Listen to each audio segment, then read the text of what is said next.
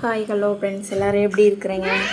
இன்றைக்கி என்ன வீடியோ பார்க்க போகிறோம் அப்படின்னா காய்கறியில் வந்து நம்ம எப்படி 1000 ரூபாய் குறைவாக வாங்குறது கம்மியாக வாங்குறதுன்னு பார்க்க போகிறோம். வாங்க வீடியோக்குள்ளே போகலாம்.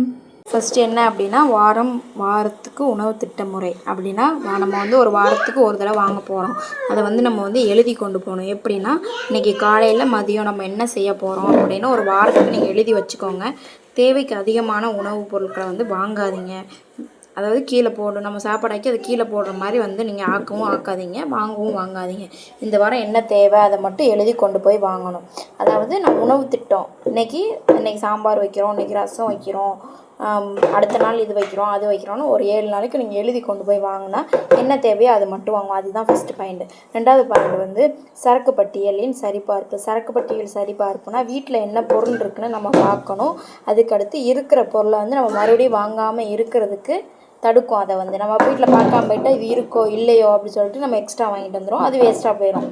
அதுதான் ரெண்டாவது பாயிண்ட்டு. அடுத்தது வந்து எழுதி பார்த்துட்டு நம்ம வந்து பொருள் வாங்கணும். எழுதாமல் போனோம் அப்படின்னா தேவையில்லாத பொருளெல்லாம் வாங்கிடுவோம். அது மாதிரி சீசனுக்கு இல்லாத பொருளை வந்து நீங்கள் வந்து வாங்காதீங்க. ஏன்னா அது வந்து கடைகளில் வந்து ரேட்டு கூட தான் இருக்கும். அதான் தெளிவான காய்கறிகளின் பட்டியல். சீசனுக்கு இருக்கிற பொருளை வாங்க ரேட்டு வந்து கம்மியாகவும் இருக்கும், அதிகமாகவும் பொருள் வந்து நம்ம வாங்கலாம். அதை வந்து நம்ம அந்த வாரத்துக்கு நம்ம வந்து அதிகமாக பயன்படுத்திக்கலாம். சீசனுக்கு இல்லாத பொருட்கள் நல்லா கண்ணுக்கு குளிர்ச்சியாக இருக்குதுன்னு சொல்லிட்டு நம்ம வந்து வாங்கினோம்னா அது ரேட்டு கூடவும் இருக்கும், சீக்கிரமும் கெட்டு போயிடும். ஏன்னா அவங்க வந்து ரொம்ப நாளாக வந்து வச்சுருந்து யூஸ் பண்ணிக்கிட்டு இருப்பாங்க. அதனால தான் வந்து சீசனுக்கு இருக்கிற பொருள் அன்னைக்கு பொருள் நம்ம உள்ளூரில் என்ன பொருள் கிடைக்கும் அந்த மாதிரி வந்து வாங்கணும்.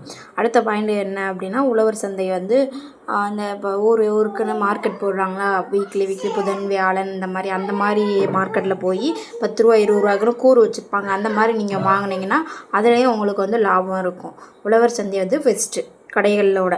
நைட்டு நேரங்களில் போயும் நம்ம காய்கறி வாங்கினாலும் கம்மி ரேட்லேயும் கொடுப்பாங்க. எக்ஸ்ட்ரா 2-3 நாளைக்கு கெட்டு போகிறத வந்து கொடுப்பாங்க. அதை நம்ம நாளைக்கு வச்சிட்டோம்னா கெட்டு போகாது. ஏன்னா 2-3 நாளைக்கு ஒருக்க கெட்டு போயிடும் காய்கறி. அதுக்கப்புறம் வந்து அதை யூஸ் பண்ண முடியாதுன்னு சொல்லிட்டு நைட் நேரம் போனோம்னா அதை வந்து ஃப்ரீயாகவும் கொடுப்பாங்க.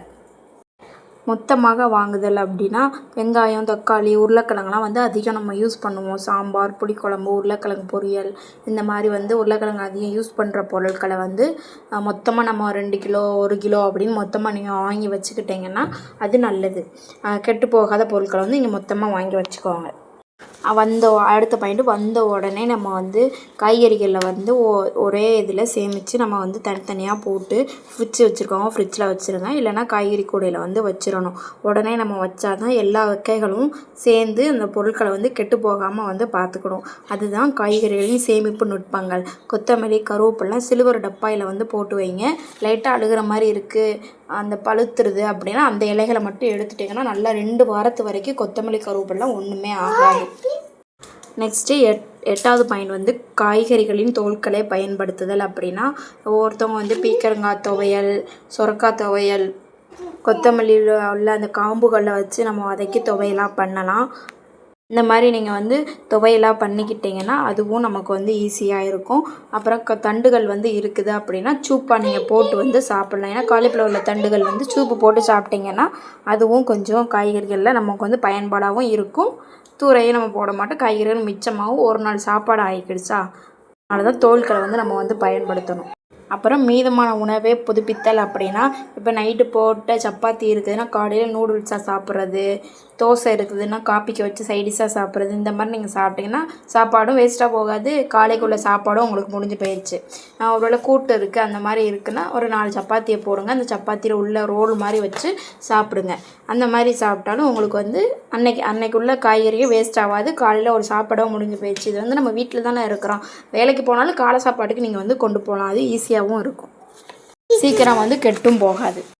அடுத்து 10வது பாயிண்ட் வந்து எல்லாருக்குமே வந்து யூஸ் ஆகாது. எப்படின்னா அந்த சாப்பாடு வந்து செய்யறதுக்கு முன்னாடியே வெங்காயம் தக்காளி வதக்கி வச்சுக்கிறது, நைட்டே காய்கறி நறுக்கி வச்சுக்கிறது, இஞ்சி பூண்டு பேஸ்ட் அரைச்சி வச்சுக்கிறது. இது வந்து வேலைக்கு போகிறவங்களுக்கு வந்து யூஸ் ஆகும். ஏன்னா காலைல எழுந்துச்சி டக்குன்னு வந்து வேலை பார்க்க முடியாது. அதனால கேரட்டு, பீன்ஸு, அப்புறம் பீட்ரூட் இது எல்லாமே நான் நைட்டு ஃப்ரிட்ஜில் வெட்டி வச்சுக்கிட்டோம்னா நல்லாயிருக்கும். அது மாதிரி 10 மணிக்கு நீங்கள் வெட்டி வச்சிங்கன்னா காலையில் 6 மணிக்கு நீங்கள் ஆக்கும் போது கெட்டு போகாது. வெளியில் வச்சாலுமே வந்து கெட்டு போகாது. அதுக்கு டைம் அதிகமாகிடுச்சுன்னா வந்து கெட்டு போயிடும். வெங்காயம் தக்காளி வந்து வெட்டி வைக்காதீங்க.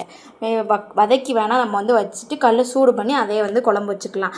இது வந்து ஒரு அவசர தேவைக்கு நைட்டு எங்கேயோ வெளியில் போயிட்டு வரோம், காலைல சாப்பாடு ஆக்க முடியாது, அவங்க கடையில் சாப்பிட முடியாது, உடம்புக்கு செட் ஆகாதுன்னா இந்த மாதிரி என்றைக்கோ ஒரு நாளைக்கு நீங்கள் வந்து அவசர தேவைக்காக பண்ணி கொடுத்துக்கலாம்.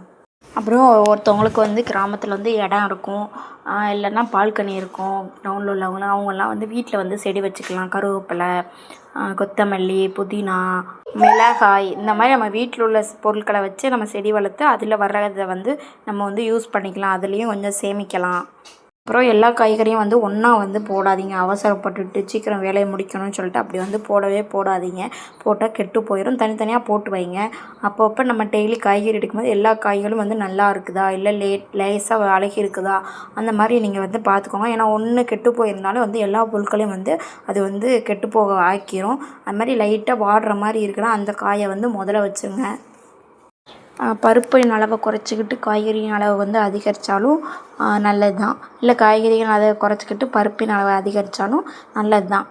எது உங்களுக்கு செட் ஆகுமோ அந்த மாதிரி நீங்கள் சாம்பாருக்கு போட்டு ஆக்கிக்கலாம். காய்கறி மிச்சமாக இருந்தால் நாளைக்கு கூட்டு வச்சுக்கலாம்.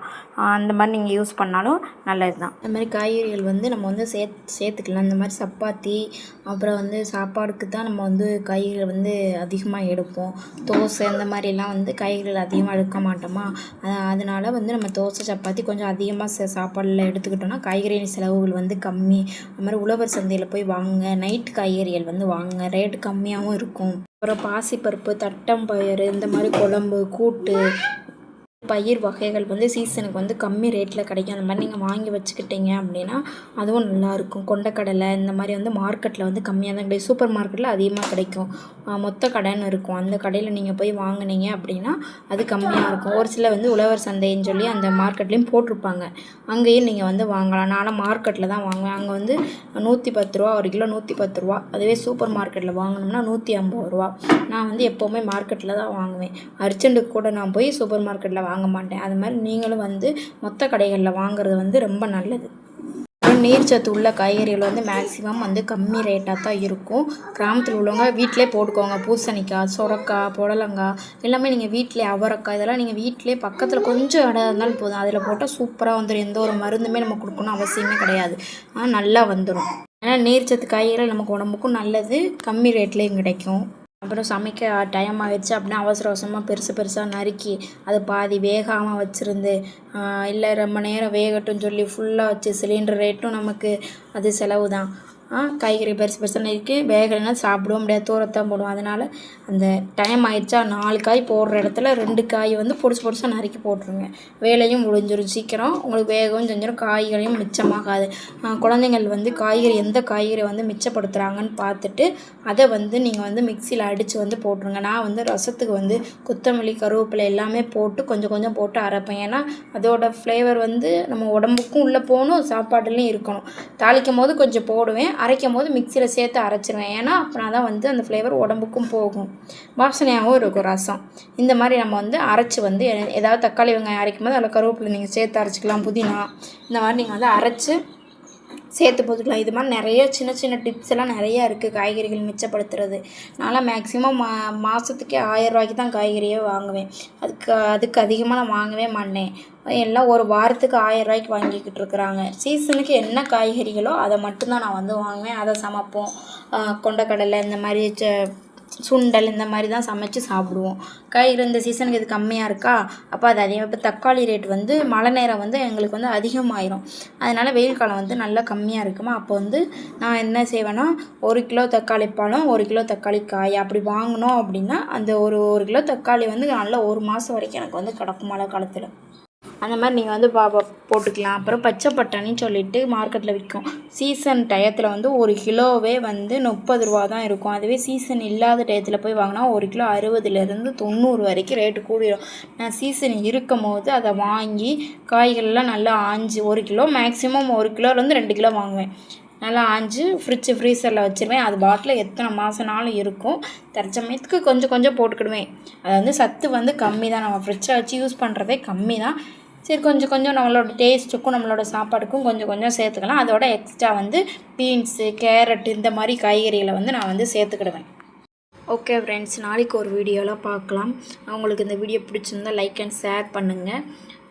உங்களுக்கு என்ன வீடியோ வேணுனாலும் கமெண்டில் சொல்லுங்கள். கண்டிப்பாக நெக்ஸ்ட் வீடியோவில் நான் அப்லோடு பண்ணுறேன்.